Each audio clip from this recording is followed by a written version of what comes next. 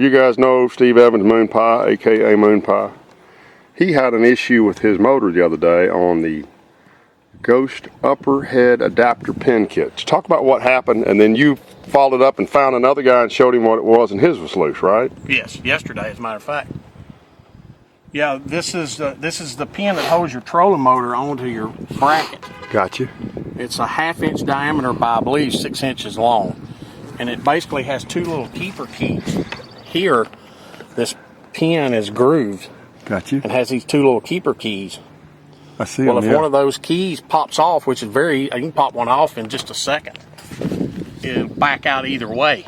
So if it backs out this way, like if this one comes off and it starts backing this way, as you're going down the lake or whatever in rough water, it's going to knock this one out too, and then your pin will come out. So whole trolling motor comes loose. Well, you still got the lower one, but the upper half will bounce that high off the bracket, and if you let it over to deploy it, it will just fold under. Oh, so what happened to yours? Well, we were coming back. It was really rough in the Brandon Belt, and we were coming back, and I saw it bouncing. And then when we got up here, I saw that the pin was missing. And so a quick fix is I went to a hardware store, and I got a piece of 5/16 inch all thread, and I had them cut it 7 inches long, where you can just shove it through there. You don't have to drive. You have to drive this in. It's tight. Yeah. And I didn't want to do that with all thread because it will screw these brass bushings up. And so I got a 5/16 inch piece of all thread cut 7 inches long, and I put 2 lock nuts on each side, and you tighten them up. And that way you can get you out of a bind if you're somewhere. I got you. Yeah. You can fish for 2 or 3 days with it easy. Yeah. I fished Friday and Saturday with it in there. Now the trolling motor will move some as you're using it, but it beats not having a trolling motor. Absolutely. And then you just ordered the kit? Yes, Taylor at Jones Trolling Motor Sent you the kit? Yes. And then you have to drive it back in there. You get it straight, drive it back in there? It's not, and it's tight. Yeah. It's an exact 1/2 inch fit. Okay. And that's the reason I told Brian O'Connor, I said, I think you could probably get a 3/8 inch piece of all thread, but you're probably going to have to drive it in, and I didn't want to mess these bushings up. So I got a smaller size. That way you can just push it through, put your lock nuts on it, and then fish. All right, so what you got to do is make sure those 2 little locking keys in there. So there's a groove right there those sit in? Okay. And it's shallow, no more than 6 to 8 thousandths. Okay. Cool, man. You guys running a Lowrance, you might check that and make sure yours are in there. And you might even get a spare set just to have them in the boat. Pretty handy. The deal is, nobody, even Toledo Fiberglass doesn't keep any Lowrance parts. I've struggled trying to find. That'll be damn. That's all you stuck through there. Yep. I've struggled trying to find one. I'm gonna have to get online and try to order another kit just to have a spare, but this will get you through. Yeah. And you said did Taylor have them in stock at Jones? No, he took one out of their display. Oh, okay. Cool deal. Shipped it to me. Yeah. Yeah, he helped me out a bunch on that. Cool, man. Thanks, MoonPie. All right, guys, so y'all remember a couple years ago, a friend, Chris Hunt, who worked at Diboll High School, I put out that I wanted something like this, which is a rolling pegboard, which is just super, super cool. And obviously I filled it up. Now I had the triangle as well, but I like this so much better because I can pull it right up to the boat. So the gunnel of my boat sits about right here. So what I do is when I pull the boat in the barn, I just pull it up to it, and that way I can take what I want, put what I want. So I keep the inventory in the boat pretty clean, and I know what I have and what I don't have. Now, my challenge has been, when I get the rods out of the boat, I've had to put them up there, because if I put them in the floor, like what's over there, I got a 1.5 and a 3-year-old who are grabbing rods. And so I called Chris and I said, all right, I'd like to have another one of those, but I want to figure out a way to put the rods up off the ground. I had been laying them on top of that, but they just go all over the place. And you guys have seen, I've laid some across the pegs up there. But I got to show y'all. So Chris is now at Zavala High School. So check this out. Chris, come tell us who built this and what we did at the top. Well, I had 2 of my kids, Colby Cheney and Colton Music, work on it. I mean, it's not very hard.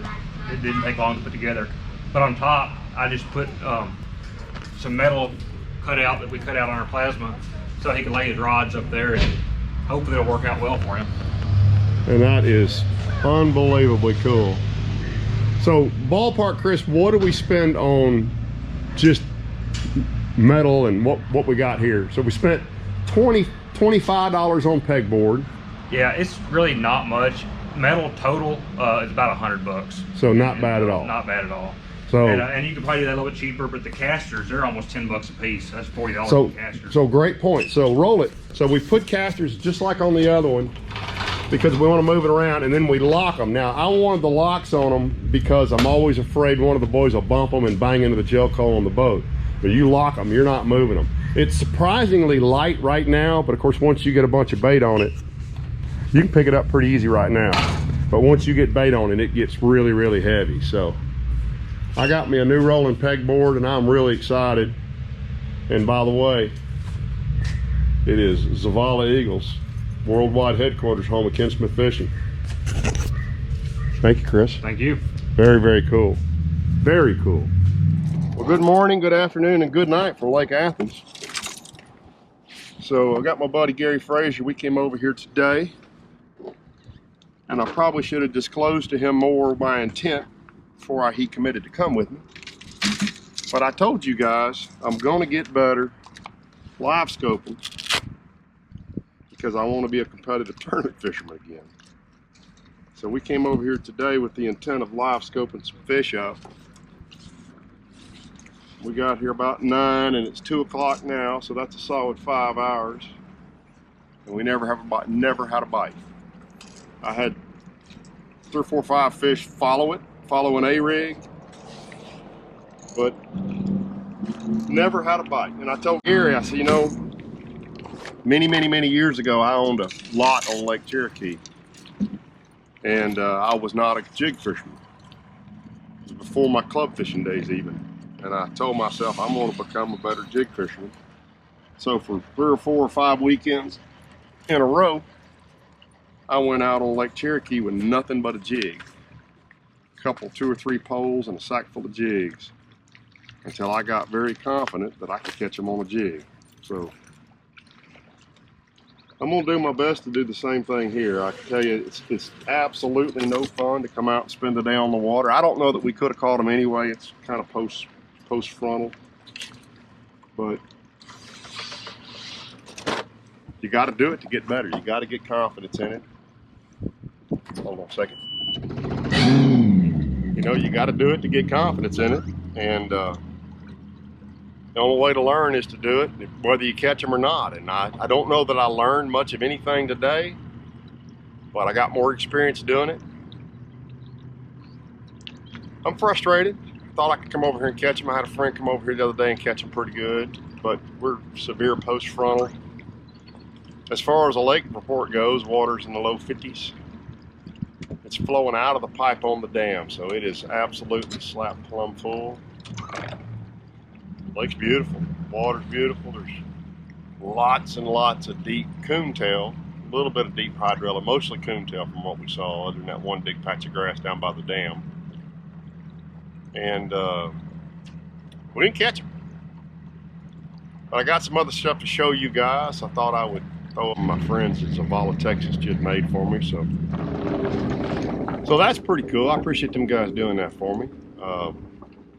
Trying to make it, by the way, I don't know if y'all saw Toledo Bend or not, but wow, 15 something out of Toledo Bend. I think the lake record was over 14, but certainly not over 15, and that fish was over 15 and a half.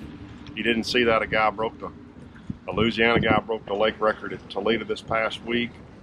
They finished 3rd or 4th in bass champs. It only took like 24 pounds. I had actually given MoonPie the over-under at 34 pounds. I thought they would really catch them over there, but the weather wasn't good. It was a lot of wind and rain. But it only took 25 or 26 pounds to win, so I was real surprised. So we got to make up our mind if we're going to go fish the bass champs at Fort here in the next few weeks, and we'll figure it out. Hey Gary, how much fun was today? Just throw it right. It's good to have your friends that'll lie for you. Oh, we crushed them. We didn't crush crap. But we got out and got to talk a little bit, catch up. Probably try to get a Texoma trip. Gary's got a place on Cherokee. He keeps saying I can come down there and catch him on Cherokee. We catch them there. I think Jim Tutt's got most of those fish over 4 pounds named down there. It's like, oh, that's Fred or that's Jerry. But that's what we got. No fish.